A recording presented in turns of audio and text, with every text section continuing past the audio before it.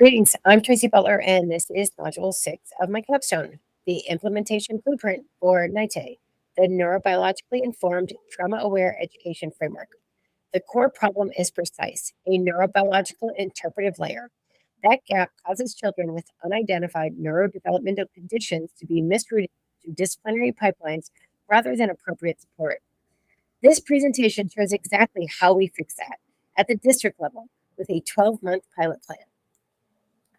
NITAE has five objectives and they build on each other. First, interrupt the school to prison pipeline by catching misidentification at tier 2 before a child is rooted toward a disciplinary outcome. Second, add a neurobiological interpretive layer to existing MTSS, not replace the structure, work within it. Third, eliminate diagnostic disparity. Identical behavioral presentations should not be labeled differently based on a child's race or zip code. Fourth, build district level self sufficiency so this talent doesn't collapse the moment a federal grant disappears.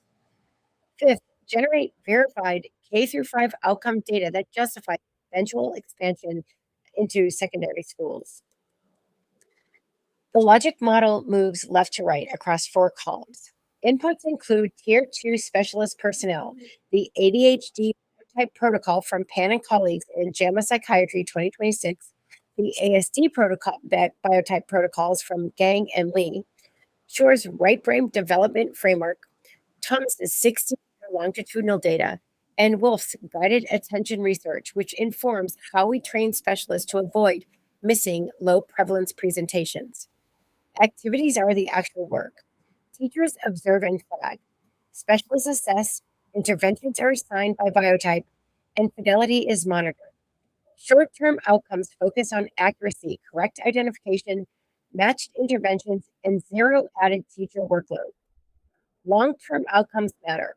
Fewer disciplinary referrals, reduced diagnostic disparities, and an interrupted school to prison pipeline. 4 phases under a single.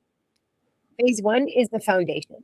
Superintendent coalition briefings, MOUs with decision authority matrix, hiring criteria for tier 2 specialists, and MTSS integration audit. Phase 2 is capacity building with biotype protocol training and guided attention and prevalence effect training. So specialists don't systematically miss the representations that most need identification. Phase 3 is a pilot launch. K through 5 tier 2 identification begins. Biotype matched interventions and assigned, and baseline data collection starts. Phase 4 is the evaluation, including dose response analysis, diagnostic disparity gap reporting, and the go no go decision on phase 5 secondary expansion. The decision authority matrix in phase 1 isn't just administrative housekeeping. It is what keeps the coalition running when funding is tight. The timeline actually runs 18 months. Months 1 and 2, the superintendent coalition briefings are complete. Month 3, MOUs and data sharing agreements are signed. Months 4 and 5, the tier 2 specialist team is hired and protocol training is done. Month 6, the dashboard and fidelity monitoring systems go live.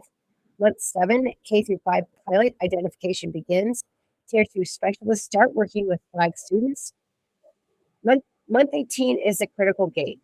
The year 1 outcome report is delivered and a go, no go decision is made on secondary expansion. Everything between month 7 and month 18 is active data collection. That's the runway that justifies everything that comes after. Year 1 pilot budget for 8 schools in Chapel Hill Carbo is just about 1.7 million, and it drops to just below 1.3 million in year 2 as startup costs are phased out. In this framework, no position pays less than 65 grand, which supports retention because valid outcome data requires staff to remain. The largest line item is 4 licensed school psychologists at $470,000, including a 30% benefits load. These are district employees, not contractors. 4 tier 2 specialists at $336,000, including their benefits load. A full-time district coordinator at $97,500. Neurobiological biological screening battery runs about 18.5 thousand in year one, and that drops to about 5,500 in year two. The dashboard is an $80,000 capital build. The coalition funding model spans five source categories. No single source carries the full cost, and none depends on federal discretionary grants. There are five stakeholders on the power influence map. Superintendents are the entry points, monthly executive briefings, ROI framing, and peer coalition calls. Tier 2 specialists are the technical core, front call co-design sessions, and fidelity feedback loops. School boards get quarterly presentations with equity metrics and legal risk content. Classroom teachers get 1 day of observation training and a clear role boundary. They flag, they do not diagnose, and nothing else is added to their workload. Parents and families require the most intentional approach. Community sessions happen before any child is assessed, not after. Proper consent is a legal right, not a courtesy, and must be communicated explicitly. The framing is always protected. NITAE is designed to prevent misidentification.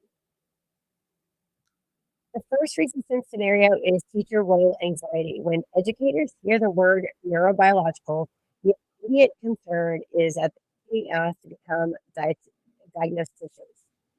The NITAE response is that concern is structural, not rhetorical. The framework's architecture physically prevents teacher level diagnosis. Observation tools are designed to flag behavioral patterns, not interrupt them. That boundary is enforced by the protocol itself, and professional development training makes it explicit from the first session. The second scenario is administrator resistance to the neurobiological reframing, specifically the concern that this language over medicates childhood behavior. That concern deserves an answer. NITAE does not pathologize normal developmental variation. It distinguishes between behavioral presentations that reflect neurobiological dysregulation and those that do not, using validated instruments administered by licensed specialists. The alternative treating all challenging behavior is conduct, and rooting it into disciplinary pipeline is the practice that produces that the school to prison pipeline data that this framework was built to change. The third scenario is the one with the least institutional leverage and the highest stakes: parent and caregiver resistance. This surfaces in two forms. The first is the kids will be kids response, a refusal to read behavioral dysregulation as anything other than normal development. The second, and more complex, is a parent who is aware that something is different about the child but is not ready to name it, engage with it, or have it formalized in a school record. Both forms of resistance are legitimate. Neither can be argued away, and attempting to do so destroys the trust the framework depends on. The NITAE mitigation for this scenario is not persuasion, it is a tiered opt in structure. Families are never compelled to disclose trauma history as a condition of their child receiving support. The biotype assessment focuses on current neurobiological presentation, not etiology.